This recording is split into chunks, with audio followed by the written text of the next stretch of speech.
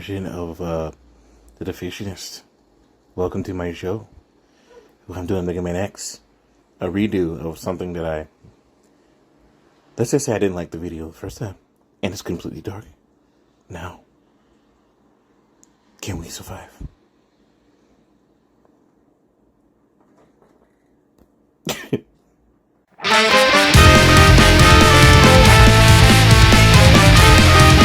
Well, to get this one started, it pretty much has to start from the beginning, with pretty much X being sealed in a capsule and locked away for about 100 to 200 years. That's where we begin our game in the year of 21XX. Well, pretty much X wakes up, there's a rebellion, yada yada yada.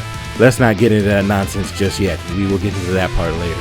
First things first though, let's get with this story first. X joined the fight on the highway, which was attacked by a bunch of mavericks. God knows why they would attack a random highway. That doesn't make any sense, but hey, to each their own. Where he was defeated by a powerful maverick named Vile. I was told we would be fighting.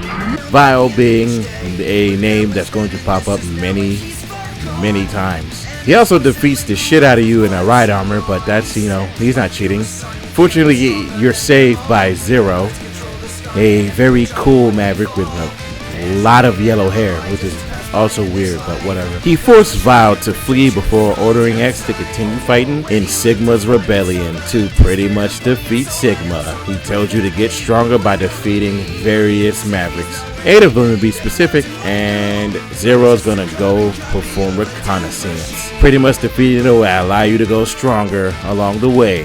Have fun. Hey, X. Listen, X here. The big boys, like me, are gonna go take care of this. Why don't you go wait at HQ where it's safe for you little baby boobop.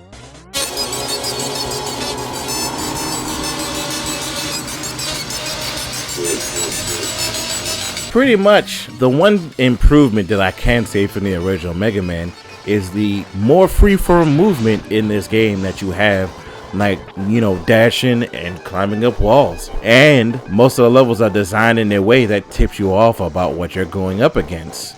Like, prime example, Stormingo stage is loaded with tight platforming, which has very small platforms that X can barely jump across on his own. It's supposed to be a clue to come back with the dash upgrade, which not only makes the platforming a cinch, but also makes the fight against Stormingo easier. Now imagine if you went to Stormingo first, he will kill you immediately. You also, like normal Mega Man, also get the abilities of these bosses. I will go over those later in just a moment, which also lead to the one thing that I can honestly say is a negative with a lot of Mega Man games, including this one. But this one kind of has it the worst, which is the AI breaker.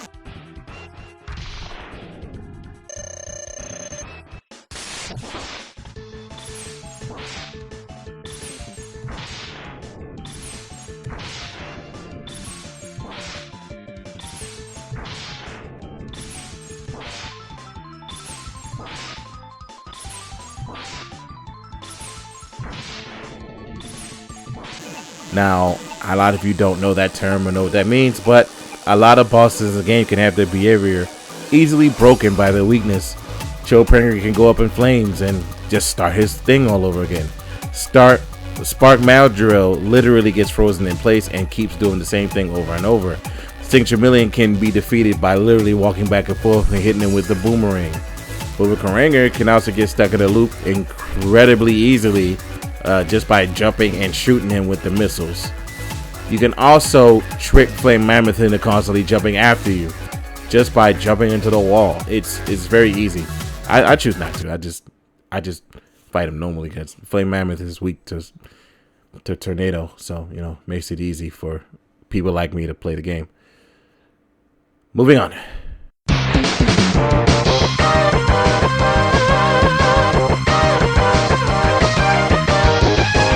The grind is figuring out boss weaknesses, that type of stuff that you kind of should know, but probably will not know starting off in this game as a new person. Pretty much stating that you will capture the weakness of the enemies, but it's literally a game of cat and mouse. Some of them are quite obvious, but some of them you kind of can grasp the concept of. Like, prime example, Chill Penguin, he gives you shotgun knights, which destroys Spark Mandrill.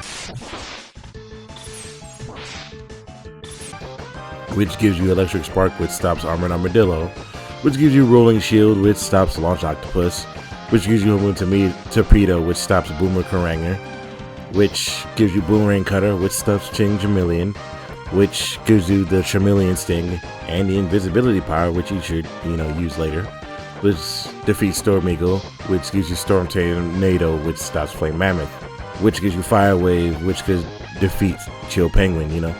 You gotta play the game like that. Grinding pretty much just requires you to have a knowledge of both common sense and or you already know. Prime example, I'm a person that's been playing this game for years, so I already know the weaknesses of all the enemies, of all the bosses and everything, and I know how to get to all the bosses really easily, which just leads to the next part pretty much.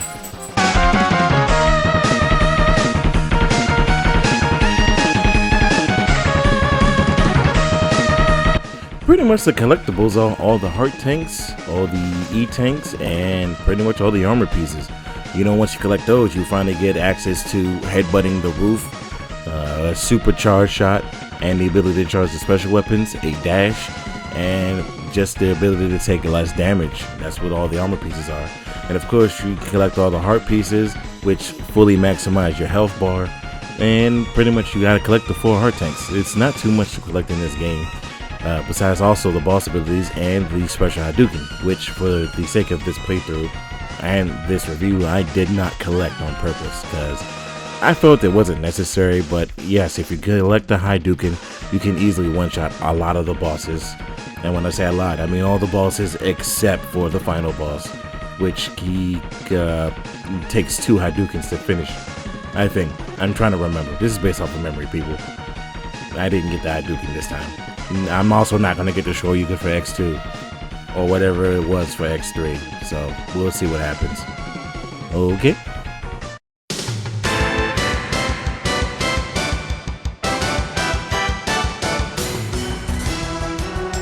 So, you defeated all the Mavericks in those specific orders, and you finally see that Zero found Sigma's stage, Sigma's hideout, and they were planning to storm it. Pretty much upon infiltrating the level, you see that it's a floating island fortress. It's kind of annoying, but yeah, a floating island fortress. The pair confront Vile once more, and Zero takes on Vile alone, but was caught in a trap, allowing Vile to defeat X as well. However, Zero breaks out of his cage and sacrifices himself to defeat Vile's ride armor, leveling the playing field and allowing X to make a comeback victory. X approaches Zero's body, listening to his final word before he fully passes away. Unless you don't have your arm, then he gives you arms, which just do the same thing as normal giant. But yeah, X continued through Sigma's hideout until he finally confronted the Maverick leader himself. He destroys the guard dog, Velgarder, before fighting him personally, destroying both of his powerful battle bodies, putting an end to his rebellion. X then retreats to a nearby cliffside to watch the fall of Sigma's flying fortress, pondering the nature of peace and war. As he returns to the base, X reflects on the events that have unfolded, questioning Zero's sacrifice and his own decision to fight. An ongoing war with the Mavericks. And then this is like the first time you get a stinger that this is just one body of many of the bodies that Sigma has. Hence why you will go on to Megaman X2 to be continued. Next time I will not be doing this stupid voice just to, yeah. Enjoy! So at this point, the review gets a defeated. Because, it's a great game. Great music, which I didn't talk about in the review now thinking about it. Trust me, everything's gonna be good.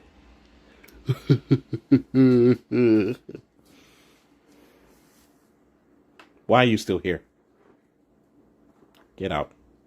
I already gave my review. That means you should already exit the video. Bye. That being said, I hope you guys enjoyed this video, and if you're wondering why I'm still doing this, and the small box wrong, I'm an asshole. Hope you guys enjoyed the video. You guys have a good one.